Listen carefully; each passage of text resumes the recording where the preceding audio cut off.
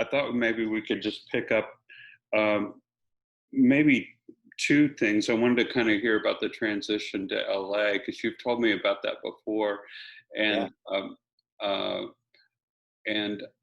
and I wanted, and I remember you telling me one time about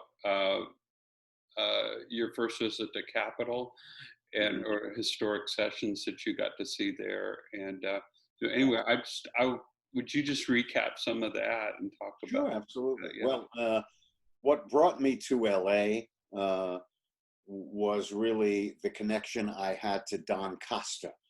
Do you know who that is, Don Costa? Do you know that name? You mentioned him last time, I think. Yeah, okay. Well, Yeah, if you're old enough, which you know you're not, but yeah, uh, he was a legendary A&R man, music executive, incredible, one of the best music arrangers ever to live. You know, up there with that very select few like Nelson Riddle, Don Costa, Billy May, you know, the sure, great arrangers of the golden era of yeah, music, you know, from maybe the 40s, 50s, 60s.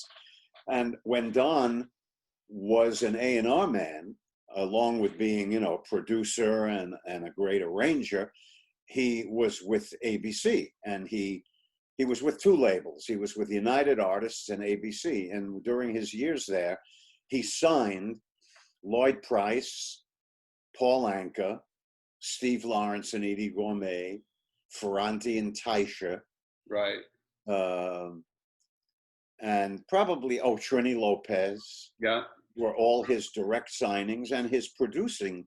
He produced all of Paul Anka's early records. He produced all of Stephen Edie's, all of Lloyd Price, all of, you know, a legendary guy. Then he started a record label in 1960, I want to say three, called DCP, Don Costa Productions.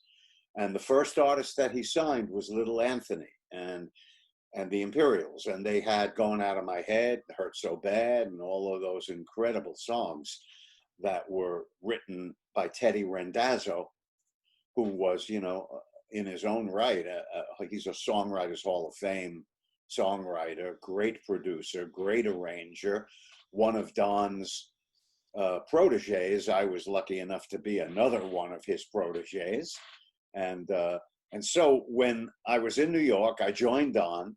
We had this great little company in, you know, in the heart of the Brill Building area, and I came over from Mercury, where I had been.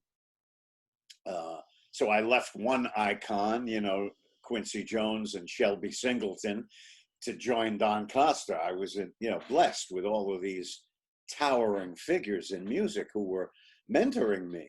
So Don said, "Come over and, you know, join my company," and I did. You know, we made a deal. I had a relationship with him with publishing and producing, and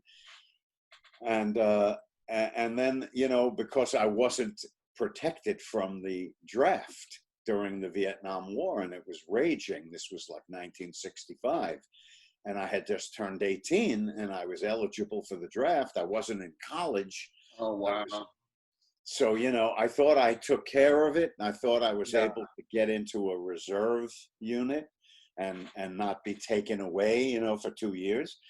But sure enough, one day I go to my mailbox and you are hereby drafted. oh Yeah.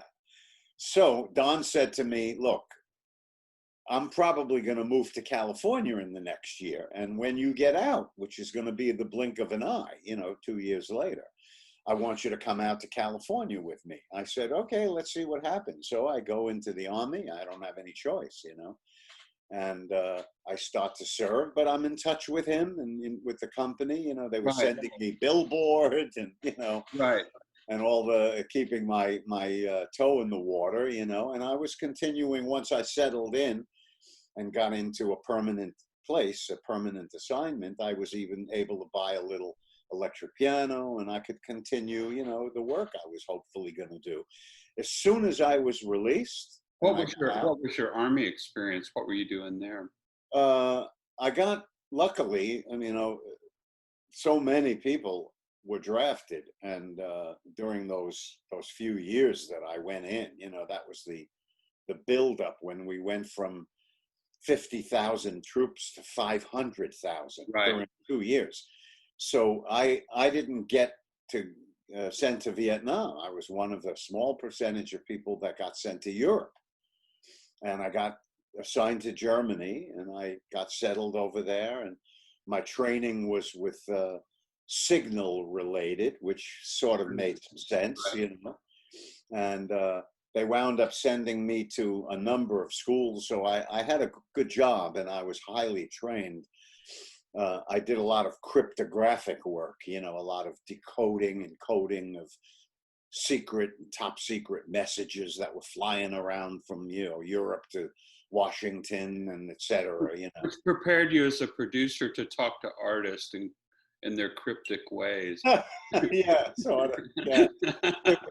It was interesting training. I mean, the good news is that it kept me away from, you know, the front lines in Right. any, Yeah. even in Germany. You know, I was stationed in a place where if I had a particular job, which I didn't get, I would have been in civilian clothes the entire time I was in Germany. But the particular job I was given required me to be in uniform. So, but it was a good job. I spent a Yeah. year in Yeah. Germany. I had my own car. I got to see Paris and Amsterdam and Munich, and I drove Yeah. around, you know, on the weekends. It was like a blessing. Yeah. Oh, yeah. And the time went by really quickly, and next thing I know, I'm getting out, and I've been in touch with Don, and he was in LA, and he had set up an office, and he told me he was in the middle of building a recording studio. And as soon as I got there, I would get settled, and we'd get off. And Oh, yeah. Yeah. It was just that's what I did. yes. I came back from the Army to New York. I spent 2 weeks seeing my family and getting ready, and went right to California. Wow. What a great thing. And that was in 1968. So it was a great time to go there.